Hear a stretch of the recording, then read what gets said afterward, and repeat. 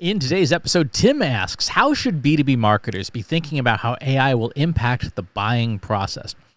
This is a big unknown. This is a big question mark because we don't know what form AI will take when it comes to impacting the buying process, when it comes to helping people buy stuff, particularly your traditional B2B buying process where there's a lot of decision makers, where there are a lot of stakeholders. What we do know for sure is that machines are already doing a good job of summarizing things, right? We see this in search generative experiments within Google. We see this with Microsoft Bing. We see this, of course, with ChatGPT. And what the machines are doing is summarizing things, being able to summarize and distill down content and then provide comparisons, right? If you go to Bard or Bing or the search generative experiments, you can say, hey, what are the major features of this software versus that software, of this company versus that company? And in asking those questions, it's going to draw from the data it has, the content that it knows, and then assemble essentially a short answer.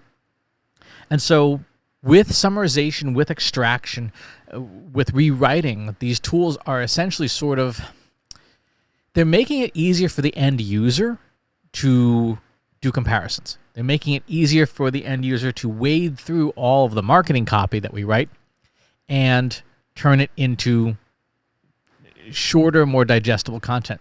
That also means it's rewriting our stuff. And that in turn means that if there's a particular way or voice that we speak with, that's probably going to get lost along the way. So how should we be thinking about it? We should be thinking about a few different things. First, you do want to make sure that you're building your brand. Right? Brand is going to be one of the most, if not the most important thing that you can do as a marketer. B2B, B2C, doesn't matter. In the age of AI, you need to have a strong brand because as AI engines become the standard, as they become the way that people get information, they may not necessarily introduce you, right, in an unbranded search. If someone's looking for a marketing and management consulting firm, they might not introduce Trust Insights by name unless our brand is so strong that there's a statistical significance to our brand plus the target concepts that we want to be known for. Here's a way to think about it. If you were to ask a language model about a topic, it's going to return the most statistically relevant bits and pieces of words about that topic and will assemble it into coherent text. So if you're entirely about, pineapple on pizza, and that's a sufficiently large enough topic that you are known for it, then when someone puts in pineapple and pizza, they're going to get a response that will probably include you. If you are not statistically relevant enough, if you don't have enough presence in all the training data and all the texts that are out there on the internet, you won't show up. So you've got to build your brand. Build your brand by being everywhere. Do as much as you can to be as many places as possible within the resources that you have available to you. So that's one. Two, you need to have a way of reaching customers that is not mediated by AI. That typically means something like email, your email marketing, right? Your email newsletter. If you are not sending out an email newsletter on a regular and frequent basis, you are asking to be forgotten. Right? If you can, and I know it's a lot of work. It's a lot of work for me. It's a lot of work for Trust Insights. We send out a weekly newsletter. I send out a weekly newsletter of my own on Sundays. The company sends one out on Wednesdays. It's a lot of work to put that together, but that weekly cadence keeps people remembering who we are. Monthly, not often enough. People forget. I mean, do you remember the number of companies you heard from the last month? I don't.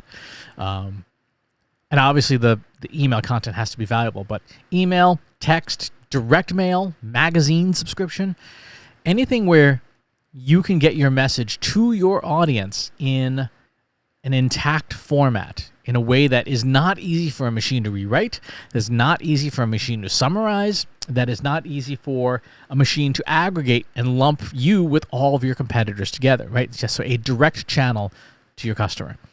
And number three, you absolutely positively need to have some form of non-AI mediated community. So that means things like Slack, for example, or Discord, having a community in one of those places where chronological timeline, private place, no AI in the way. So not Facebook groups, not LinkedIn groups, because those are AI intermediated, and you are competing for attention with all the other stuff that's in those algorithms. You want to have a community experience that has no algorithm.